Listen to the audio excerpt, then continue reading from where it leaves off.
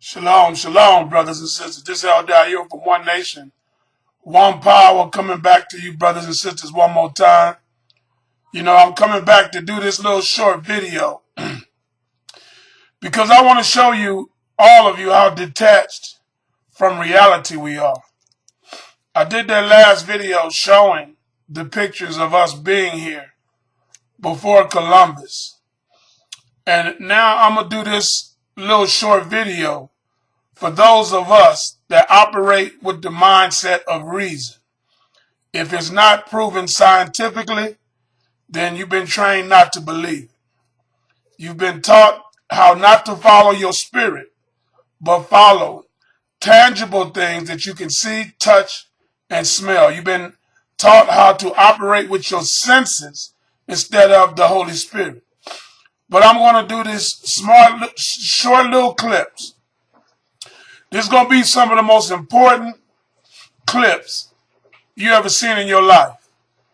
Because there was a documentary done back in 2012, 6 years ago, that told all of us who was the first peoples in the so-called Americas, aka Turtle Island.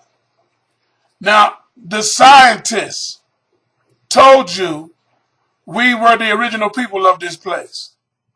Now, I want you to watch these little clips, and then at the end of them, I'm going to come back and do a rebuttal and talk to you after these clips.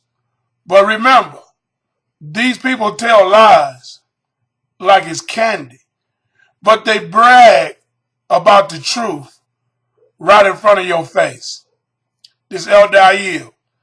Once again, these are the most important clips, only 10, 15 minutes that you'll ever see in your life, to help us to solidify and understand who we are as a people.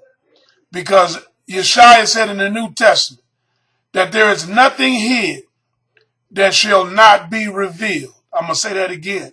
He said that there is nothing hid that shall not be revealed. I'll be back. Shalom.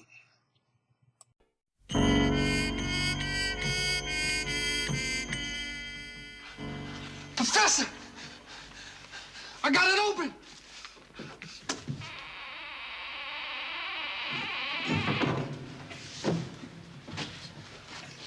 Good heavens, man! Great Scott, we've discovered the fountain of all knowledge of Egypt in the entire world. Do you realize the importance of this moment, Smedley? Yes, sir, I do. Do you see the brilliance, the untold years? I see it, sir. Oh, Sir, this is medicine. Thank you so much. Thank you, sir. There you slide. Look! What is this? See. Says, cannot. This is the elixir of life, sir. The elixir of life? The cure for all diseases. Wait, let's see here. Wait, look, Give it there's to an me. inscription on the bottom. Give it to me. Give it. Open at other end. Lunomics.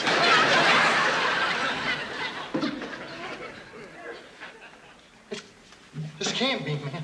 What? You know what this is? What is it, Buna? It's the book of life. Book of life. In the beginning, when man arrived on Earth, the black gods did leave their spacecraft, and they walked, and they named the beasts of the sea and the animals of the land. Heavens. And man in his blackness did walk the earth, making medicine. Medicine? They discovered time. These were all black people got down. Wait a minute. There ain't nothing in here about whitey. This is ours, Jack. Wait till the brothers hear this. Buna. I'm gonna get this book out of here, baby.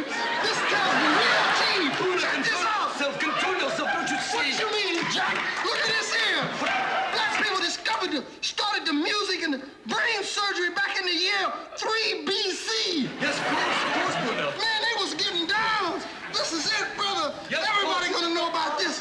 This book, we can change the history. Civilization will be changed. By all means. Yeah, this is gonna be it. Get the bulldozers, there's nothing here. But. Shut up! Good heavens, time for tea, eh? What?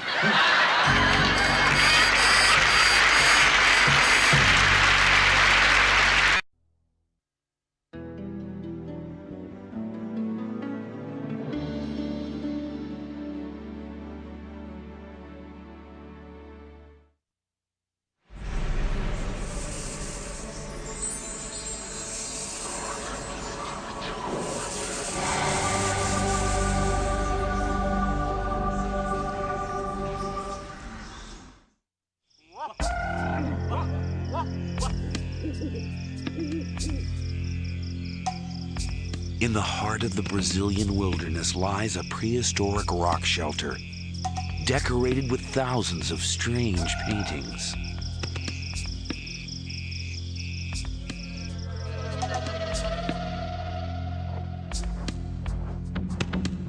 South American archaeologists are finding unusual human remains.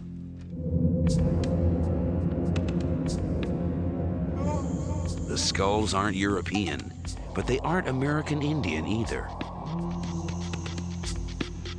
They belong to none of the prehistoric races known to have set foot in the New World. These skulls are as old as the Ice Age. So who were these first people to discover the Americas? And what became of them? Did they all disappear? Or did some of them survive?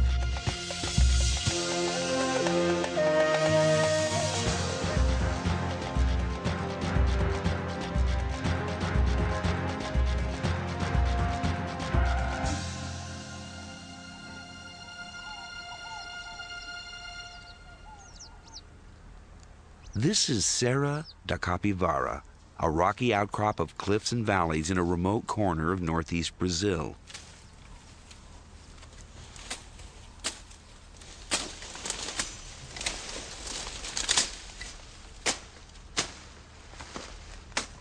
Local farmers have long known about these rock shelters hidden behind the brush.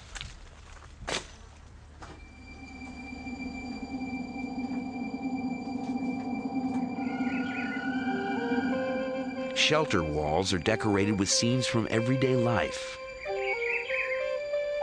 A net to catch deer. A stick to collect honey from a beehive. A hand shielding the eyes. Here, 3 people are helping a pregnant woman give birth.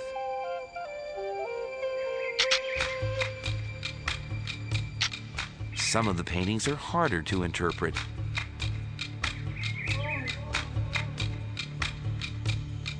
These curious-looking figures are thought to be men in disguise, dancing with women.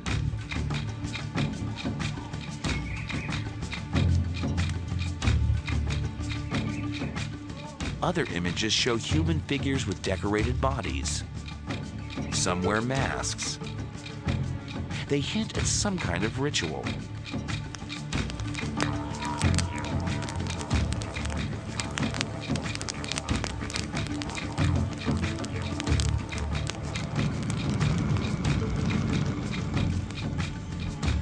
No one yet has figured out what these scenes mean.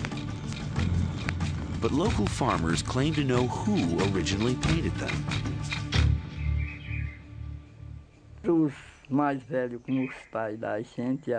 Our elders used to tell us they'd been made by Indians, known locally as the Fierce Ones.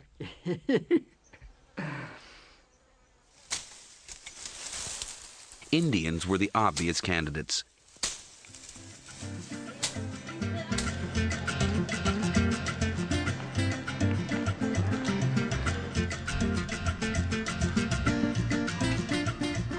Most of the people who live in northeastern Brazil today are descended from European settlers and African slaves.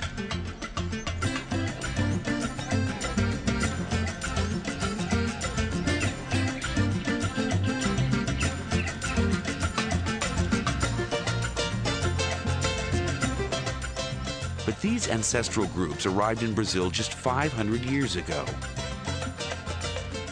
When the Portuguese first discovered Brazil, they found that Indians were already here.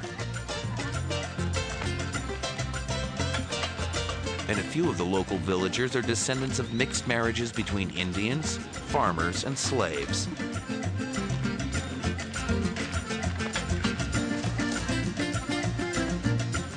Indians, in fact, had been in America for thousands of years.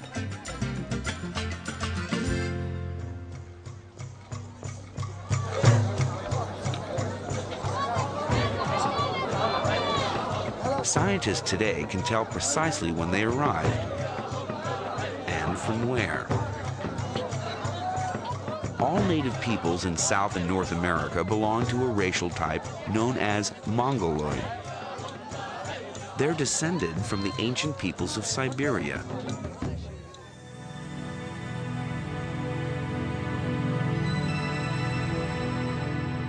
During the Ice Age, 12,000 years ago, there was a land bridge between Siberia and Alaska. Mongoloid peoples were the first to enter the New World, or so experts thought. The Brazilian finds point to a very different story of the discovery of the Americas.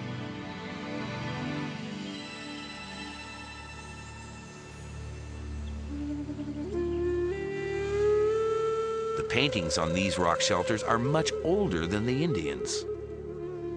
Here, hunters chased giant armadillos, an animal that flourished during the Ice Age long before the arrival of the Indians.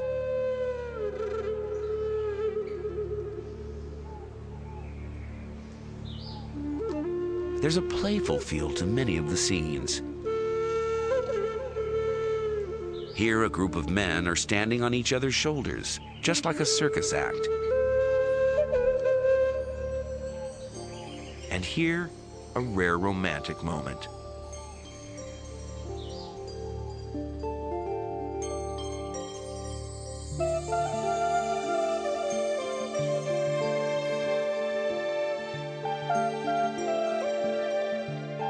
The scenes conjure up a lost world of innocence.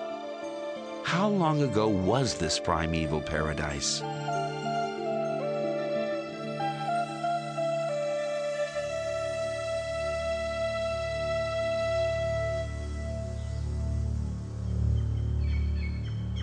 French archaeologists have just finished digging in Pedra Furada, the largest of the rock shelters. Their aim was to go back in time to a period well before the arrival of American Indians.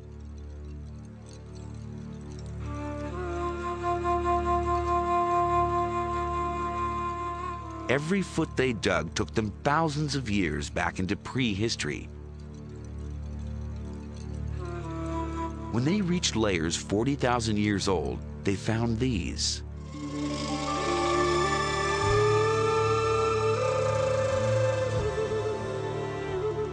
Pieces of quartzite that look remarkably like stone tools. The edges on one side of the stones were flaked off.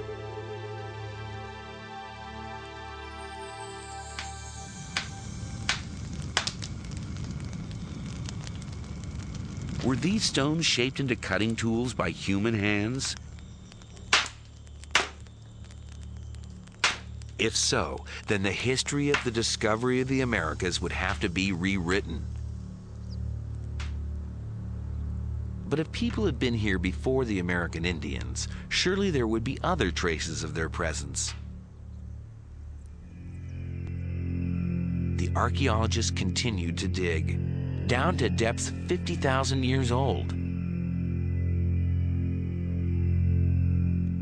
then they found this.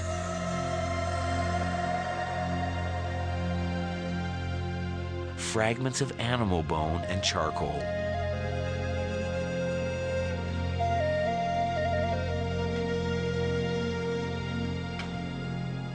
For Anne-Marie Passy, one of the archaeologists involved in the dig, these fragments were proof of human occupation.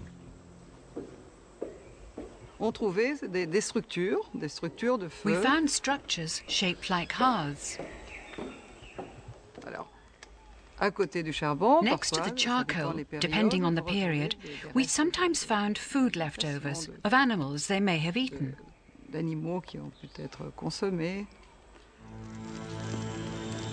The Brazilian finds show that the New World was discovered tens of thousands of years earlier than previously believed, certainly well before the time of the American Indians. But who were these pioneers?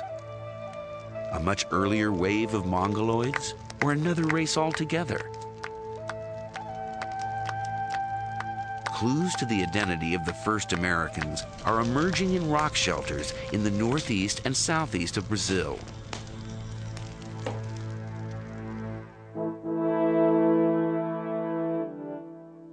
Archaeologists there have recently unearthed human remains.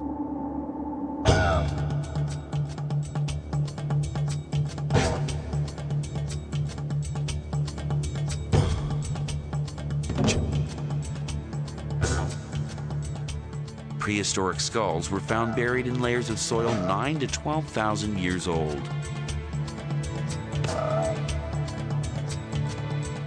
They are the oldest skulls in the Americas.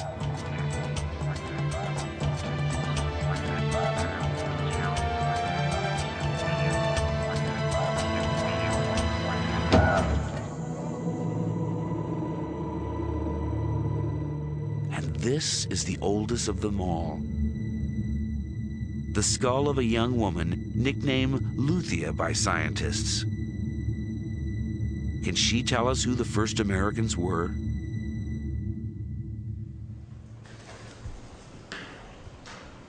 Walter Neves is a physical anthropologist at Sao Paulo University in Brazil. He has been using a standard and reliable archaeological measure the shape of the skull to find out what race she belonged to. 91. He fully expected Luthia to be a Mongoloid, an ancestor of the American Indians. 91. But then he fed the measurements into the computer. When we start running the computer and seeing the results, it was amazing because we realized that the statistics, the quantitative analysis we were doing was not showing just people to be Mongoloid. In fact, the analysis was showing just people was anything except Mongoloid.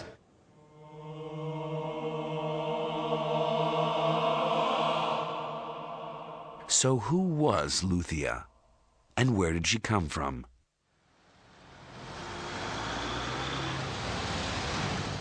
To find out, the skull was taken to a hospital in Rio de Janeiro to begin the process of reconstructing her face. The first stage was to make a three-dimensional CAT scan of Luthia's skull in order to build a replica.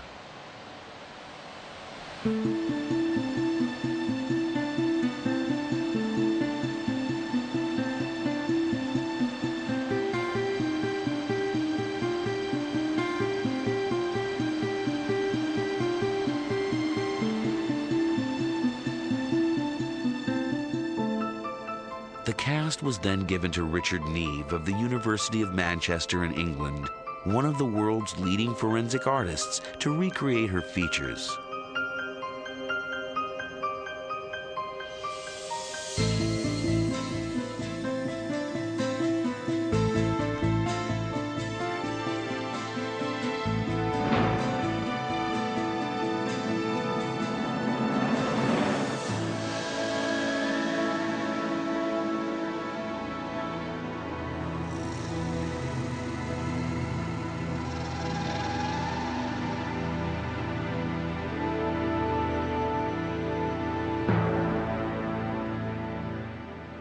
That, to me, is a Negroid face that has all the features that you associate with a Negroid face.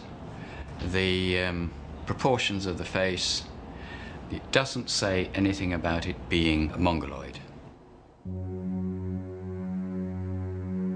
Luthia belongs to a race found historically along the rim of the Indian Ocean, in East Africa, in the islands of South Asia, and in Australia and Melanesia. Was this then the face of a first American? Her reconstruction is confirmed by measurements Walter Nevis has taken of all his skulls. The first reaction was not to believe in it. But as the results, repeated so many times, and the result is exactly the same thing. They are very similar to nowadays Aborigines and Africans, and no similarity at all with Mongoloids in Asia or with American Indians.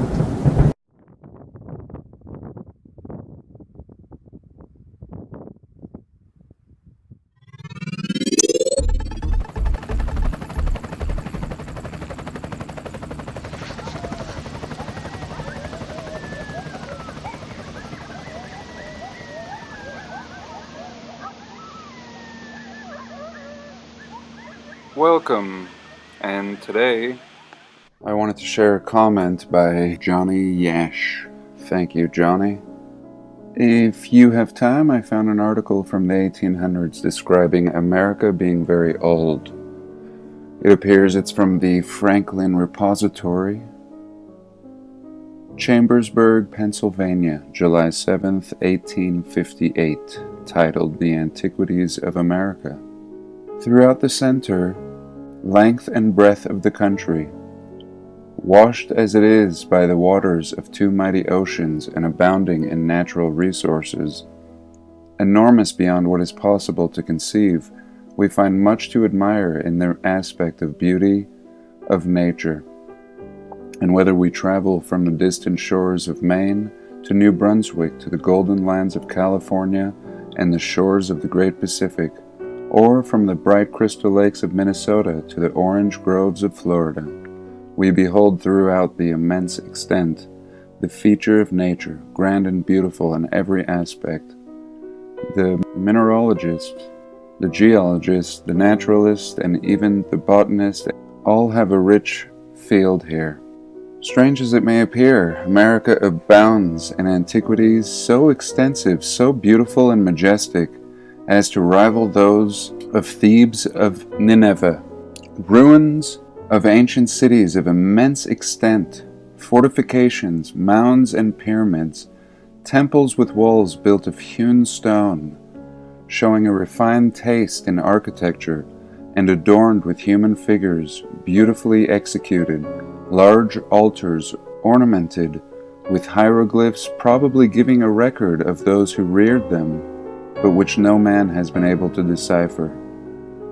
Remains of ancient palaces with beautiful specimens of sculpture and painting, with many other marks of greatness, prove to us that this is not a new world, but that a powerful empire existed at a very remote period of time, teeming with a population highly skilled in arts and in a state of civilization far beyond anything we have been led to conceive of the Aborigines, previous to the discovery of the continent by Europeans. The antiquities of America extend from the eastern shores of Maine and Massachusetts to the Pacific, and from the Great Lakes and British dominions of Perth and La Plata in South America, and in fact throughout the extent of the continents. Immense forests grow over the ruins of large cities, and the gigantic size of trees, indications that other generations of trees sprung up and grew before them, proves the ruins were in existence before the Christian era. In every portion of the United States, interesting ruins have been found. Sculptured figures of 100 animals of different species, executed in a style far surpassing the Indians. The state of Ohio abounds in ruins at towns and fortifications, with extensive towers and pyramids. At Marietta and in Missouri, beautiful pottery, silver and copper ornaments, and pearls of great beauty and luster have been dug from the earth. In the caves of Tennessee and Kentucky, mummies have been found in a high state of preservation, clothed with cloth and skins of various texture, inlaid with features. Like discoveries have been made at Carrollton near Milwaukee in the state of Wisconsin. Ruins of huge fortifications appear. Similar ruins in the state of Missouri. On the south side of the Missouri River in the western portion of the state is an enclosure of some 500 acres, which includes the ruins of a building, no doubt an ancient tower, with walls 100 feet high and 80 at the base, attached to which a redoubt and citadel, much resembling the structure of a European tower. But it is in south of Mexico that magnificent and beautiful ruins present themselves in abundance, ruins of majestic cities and magnificent temples and altars, with beautiful works of sculpture tastefully wrought, palaces adorned with paintings, colors chiefly sky blue and light green, which show by their richness and elegance to be the work of a highly cultured people. Those ruins, majestic and beautiful in appearance, but overgrown with thick forests of mahogany and cedar of immense dimensions and great age, prove to the world that the great empire teemed with an immense population, a people skilled in mechanical arts, and in an advanced state of cultivation. The most extensive ruins are to be found in Uxmal and Palenque in the southeast of Mexico. Pyramids coated with stone and quadrangular stone, edifices and terraces. The height of one of these pyramids is 130 feet, and on the summit is supported a temple. One of these facades of the temple are 4 human figures cut into stone with great exactness and elegance. The hands are crossed upon the breast, the head is covered with something like a helmet. About the neck is a garment of the skin of an alligator, and over each body is a figure of Death's head and bones. At Palenque are immense ruins, with the remains of a royal palace. One temple, that of Copan, is 200 feet by 650 and supposed to have been as large as St. Paul's at Rome. Another temple of great dimension is here, having the entrance 100 feet long and 10 feet broad. It stands on an elevation of 60 feet. The pillars of the portico are adorned with hieroglyphs and other devices. Different objects of worship have been found, representations of the gods who are worshipped in this country. These temples, with 14 large buildings and many other objects of curiosity, stand here as monuments of ancient greatness, to remind us of the remote origin of a mighty empire. The city has been called the Thebes of America, and travelers have supposed that it must have been 60 miles in circumference and contained a population of 3 million souls. Centuries must have elapsed and dynasties succeeded each other before such orders of architecture were introduced, and a great length of time must have passed before an empire would become sufficiently powerful to erect such temples and possess a city of such vast extent. In looking back to the past, we feel interested in the imagination that this people, in the noonday of glory, enjoyed all the fruits and luxuries of an advanced civilization. But when we hold these ruins, a melancholy must at once seize our minds. On the ground where once nations met in their strength and power, wild beasts now roam, and venomous serpents wend their way. And over these vast cities, where once the busy hum of industry and the voice of merriment resounded, grows the vast cedar, on which branches the owls chatter. In this country is exhibited the largest pyramid in the world, that of Cholula, near Puebla. It covers 114 acres, and is 200 feet high. On its summit was a temple, and in the interior has been discovered a vault, roofed with beams of wood containing skeletons and idols. Several smaller pyramids surrounded this large one. It appears to have been formed by cutting a hill into an artificial shape. Its dimensions are immense, being nearly 2 miles in circumference and about 400 feet high. It's divided into terraces and slopes covered with platforms, stages, and bastions, elevated one above the other, and are formed with large stones skillfully cut and joined without cement. In some respects, the style of architecture resembles the Gothic, being massive and durable, while in other respects it resembles the Egyptian. Yet the general construction matter and style of architecture is different from anything described in the world. In Egypt, hieroglyphs on stone denote remarkable events which no one has been able to decipher. A dark shade rests on the antiquities of America, and few rays of light enliven the gloom. We have ancient history to inform us of the events in Egypt, how that empire was founded, and how it prospered and fell. We have the same record at Babylon, Nineveh, Greece, Rome, Carthage, but not in the least information we have in relation to those who erected these cities. What people, whence they came, not a ray of light to dispel the gloom which seems to rest on the earliest history of America. Architecture, sculpture, painting, and all the arts that adorn civilized life have flourished in this country at a period far from remote. This is evidence sufficient to prove that these cities were in ruins at least 16 or 1800 years ago. In Palenque are the remains of an altar over which grows the immense cedar, whose powerful roots enshrine it. The whole city is overgrown with mahogany and cedar trees of enormous size. The concentric circles of these trees, the well-known cycles for a year, have been counted, which shows they were more than 800 years old, and there were indications of another generation of trees having sprung up before them. How few reflect on the fact that America is an old dominion, the seat of an ancient and mighty empire. These facts are opening themselves every day to the eyes of the astonished world. It is to be hoped that the spirit of inquiry, which seems at present to animate all classes of learned men, may throw light on the early history of this remarkable reign. Absolutely fascinating article from 1858. So that's it for today.